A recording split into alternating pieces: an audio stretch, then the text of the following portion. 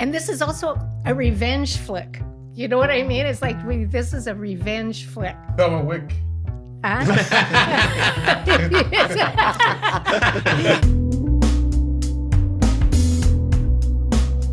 Okay. Are we on? Is Well. everything on? Is it rolling, Bob? Yep, everything's on. Okay. I know you were rather harassed, so Do we have to do a sound check or no? No, Well, you already did it. Okay. I did. okay. Did you just bless do it us, again, Pope Patty. Patty? No, do it again. What? Do the. No, she just went like this to all of us. Okay. Okay, so hello. Welcome to episode 74 of What the Flicks podcast. My name is Susan Ayers. I'm Patty Smith. Lon Shima? Jorge Sanchez. Bob Nick Shields. Okay, so our movies on episode 74 are, I didn't list them. But they're right here. Oh, yes. Le Chèvre. Yes, that. Thelma. Le chévere, chévere. The Chèvre. Chévere, baby, chévere. Tammy. The Extraordinary Adventures of Adele Blanc-Sec. And The Pianist. Hold on. The Tammy Show, not Tammy. That's two different things. Well, it still says Tammy. Yeah, but it's the TAMI show as show. opposed to the Debbie Reynolds movie. Oh. We're not reviewing the Debbie Reynolds Tammy movie. Okay. This is, I stand corrected. no, you sit corrected. Okay. So okay. We're back. Okay. We're back. So I believe it's now you, George. Yes, so my movie, which could have been Lance's movie before, we were like, is Thelma, and with no Luis. So Thelma is a 2024 film with June Squibb, who's 94 years old when she made the movie.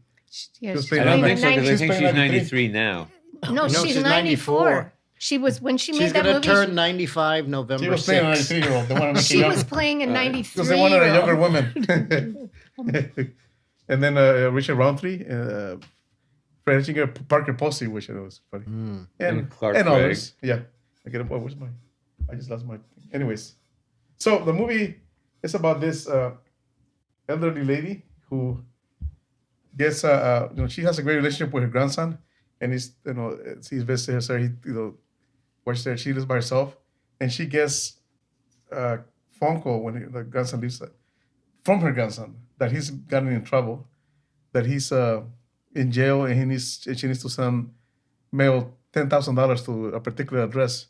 So she's like, oh, she's so nervous, so she starts grabbing the money from everywhere she has it hidden, and ends up going to the post office and puts it in the mailbox. Later, she finds out that it wasn't her grandson who phoned her; it was a scammer. So the movie that's where it starts, and the whole movie is basically her trying to, because she goes to the police and they say there's nothing they can do. So she decides that she's going to take matters into her own hand and find out who took her money. So instead of doing some sleuthing, she has a kind of personality that's very adventurous. She's almost like Indiana Jones, whereas everybody else around her is more like security guys, like don't stay here, don't go out. Make sure you wear your bracelet, some kind of emergency bracelet. So she goes to the local senior home and finds an old friend of hers. Can't remember if it was an old boyfriend or not. No, I think he was married to her friend, which is Richard Roundtree. And then she really goes there because she notices when she runs into him that he has a nice scooter that can go at a blasting 5 miles an hour. So she's gonna use that, and they're gonna go. So she ends up taking him and convincing him to go on this adventure to find where her money is. So then who took the money? And the movie pretty much follows that adventure and all that jinx that they get into the shenanigans.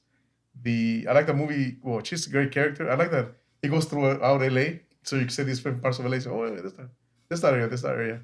I think it goes to Encino. She's a great character, and she's very plucky. I like Parker Posey always plays the same character. Like she reminds me of BCB girl from Best in Show. She's neurotic and where are you? What's going on, mother? The son is actually a little more relaxed, But so yeah, the movie is just basically, but the movie also, I like that it deals with certain, it talks about issues that elderly people face. Like, wait. How come this is working? Oh yeah, different movie. Like things that they face, like being alone, or having mishaps, like falling, like not the old falling, I can't get up. I mean, I fall now, and I'm having a hard time getting up. So, and it goes through. Also, another thing that makes a point of that, if you're, if you're a person that's kind of ditzy in a way, you're forgetful. It's okay when you're young, but don't be forgetful when you're older because people think you're losing your mind.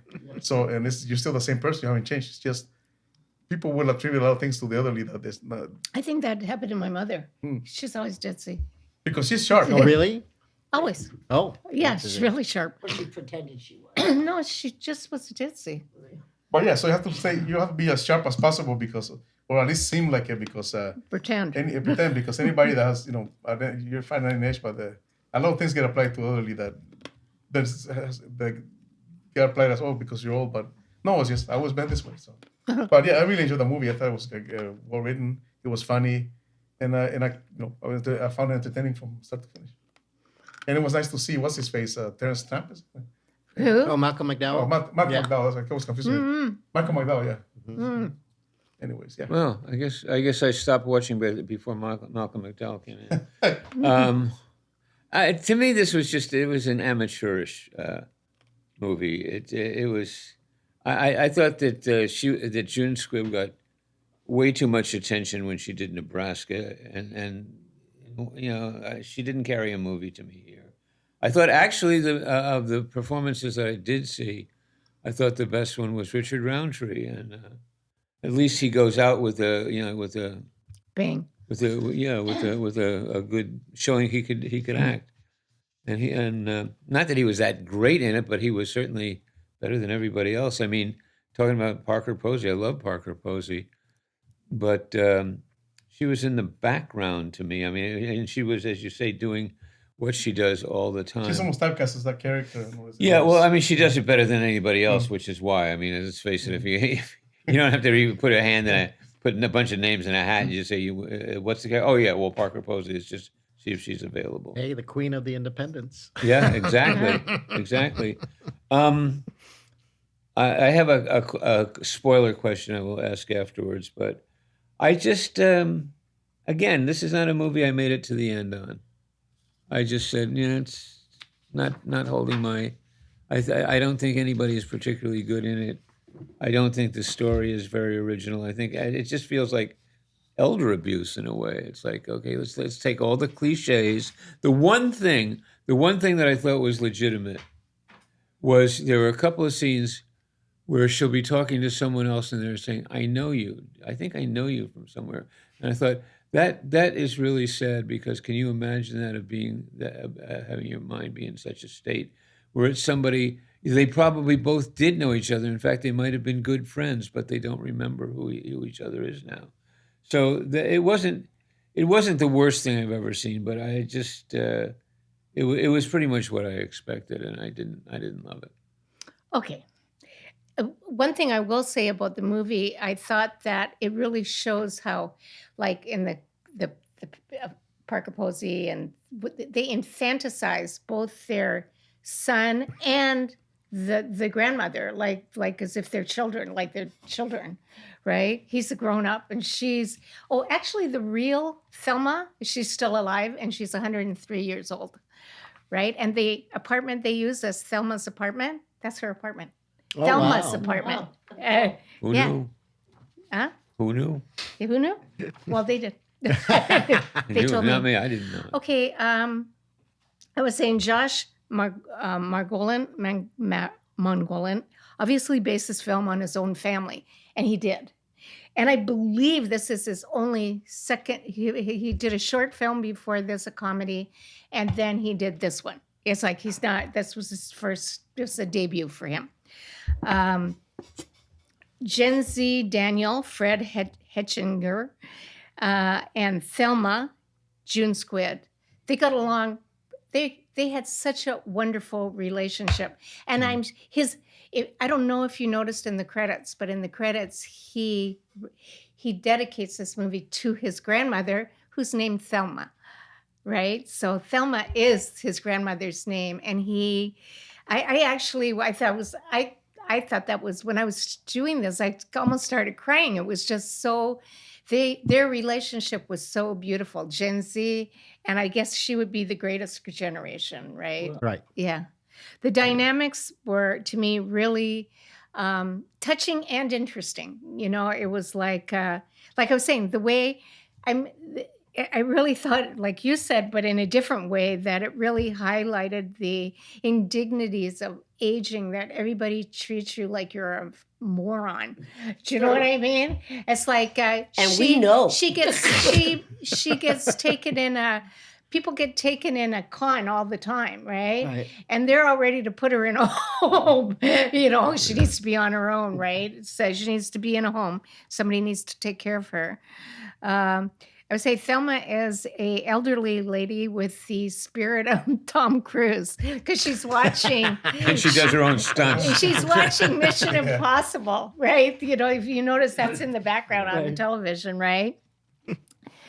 And this is also a revenge flick. You know what I mean? It's like this is a revenge flick, as well as being a great character. The interrelationships between the characters in the family. Thelma Wick. Kind of, you know, a lot slower. But yeah, this okay. It's a revenge flick by a very elderly woman and her elderly friend Ben, who is Roundtree, right? And he has, but he's very boring. That's what she says.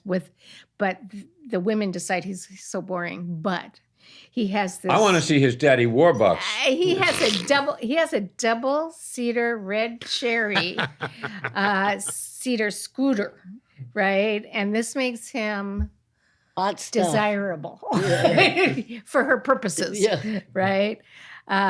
This played by Richard Roundtree, and it was his last performance. And he gives a great performance. He's really important in the movie. Like I said, if you read the credits, you see that he dedicated this to his grandmother. He wrote it, right? He wrote it. He wrote to Richard Roundtree wrote it? No, No. Josh Margolin. Josh, the kid. I think it's Margolin, by the way. Stuart Margolin is always Yeah, Well, Margolin. I don't know. No, Margolin. Mongolian. Oh, Mongol. Oh, so that's a different thing. But anyways, so yeah. And so I actually loved this movie. I didn't know what I was getting into, but something about revenge by a 93-year-old, I'm all in. It's like, okay, I got to see this. Patty. Well, I love the leading lady. I've seen her in a million things. I love that they took the elderly and brought them up front. And that was good. But the storyline, I just didn't Didn't buy it? no, I don't care if I buy it. I can believe anything, right? If I want to, Yeah. right? But no, it just didn't grab me as it's going along. But I found it just not interesting Yeah. as time went on. And then everything everybody said, except for the good parts, right? I agree with. Your turn. Oh, is that it? Oh my goodness. Okay. I don't want to be cruel. Well, I'm at the disadvantage. I happened to see this at the movie theaters, and I wasn't able to watch it a second time to just refresh my memory. But I do remember watching at the movie theaters thinking how much I did enjoy the relationship between the grandson and the grandmother. Yeah. And later on, when Parker Posey and Clark Gregg show up, I realized this director really does have a real affection for his family, because no one's really bad. No. They're just sort of not like on the same page all the time. Because the grandson, Fred Heckinger, is such a lovely kind of grandson. Now, this is supposedly is the director himself, right? Yeah. Who had to grow up and take care of this woman. But he didn't mind doing it. In fact, he always worried about her. In fact, she could tell she was almost annoyed about him being around so much for some reason. Like she's losing her independence somehow. And like you said, the infantile kind of or Yes. patronizing behavior, I guess Yes. they go through, right? Yeah. Really comes through, I think, this not in his. And then when you see him, the Fred Heckinger character, with his parents, because once Thelma goes off, a little one of the oh, I forget actually who informs them, but then it says, "Oh, we need to find her because she's now considered missing. She's going on her little adventure, right?" Well, they go to the police. Well, no, exactly. But see, I think it's at the senior home when they sort of finally track her, and they said, "Oh no, this woman was here, but she's gone now." And that's when Parker Posey, I believe, is the daughter. So Clark Gregg's the son-in-law, who his thing is just to keep his wife calm and keep her happy. Obviously, if I'm not mistaken, Parker Posey is also playing some type of psychologist.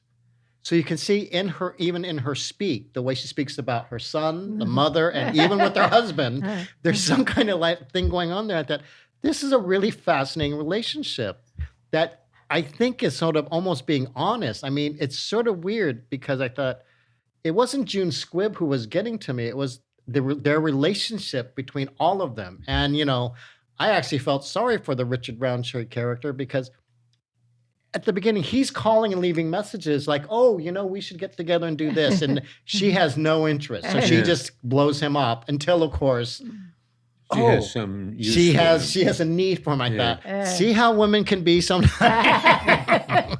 Yes. Doesn't matter what age, right? Yeah, And him being the nice guy decides, no, I'm going to help her. To which continues almost to the point where I thought, when is he going to walk away? He's got to cut it off and walk away at one point. So it was just sort of a fascinating movie to me because I was just touched by everyone. Because the one thing that I didn't know Richard Roundtree was even in this movie, I saw him on screen, recognized him immediately. And again, I think he's just such a commanding presence on screen. That's the one thing I got from that movie too, from him. I didn't think even his performance was that great, but it's like, this guy's a movie star. I mean, he's on the screen and he's the reason that she has, how would I put it?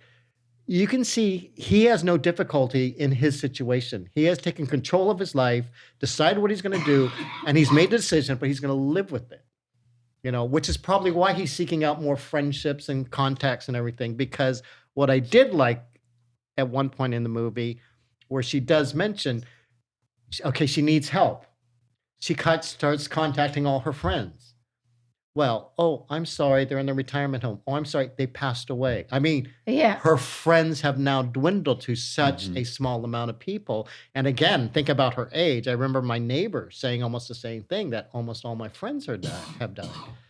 So this movie really did a number on me as far as you're right. I think it has to do with the aging, what people do, their dignity.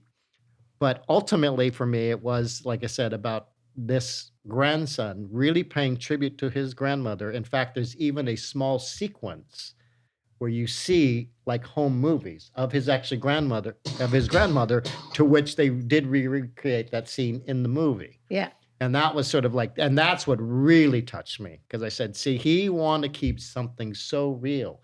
I don't even know how his parents would react to it, or his grandmother, to be quite honest.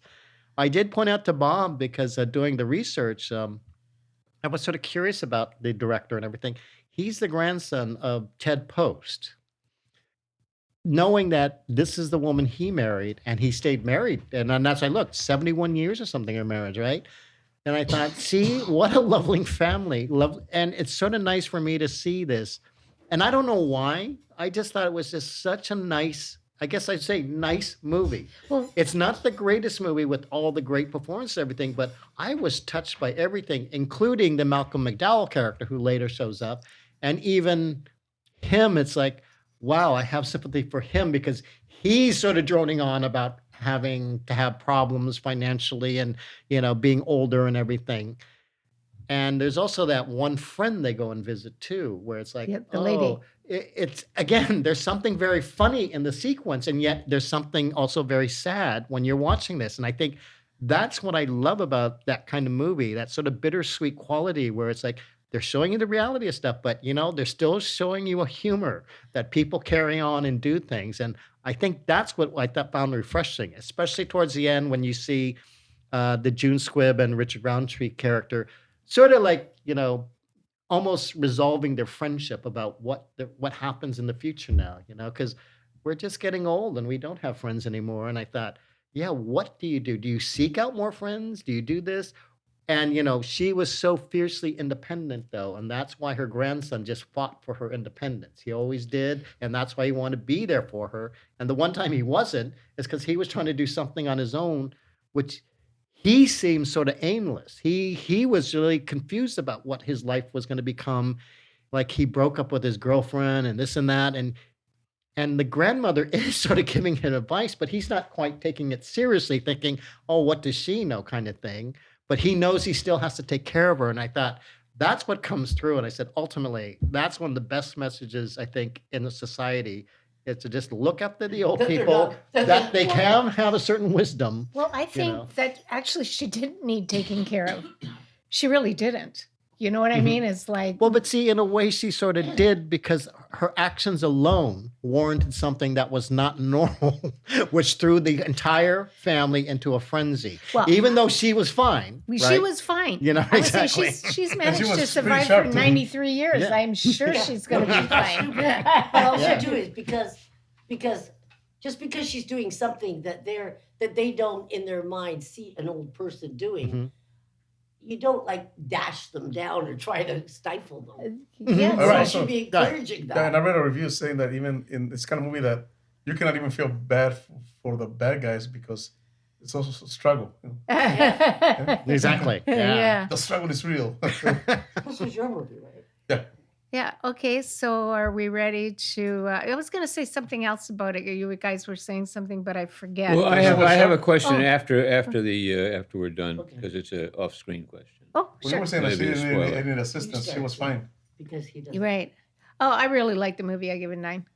Wow. Give it a 5. I gave it a 6. I give it a 9 too. I liked it. Nice. Okay. So that's it for this week. Stay tuned next week. We'll be back. Where we'll still be dressed the same. I can't figure it out.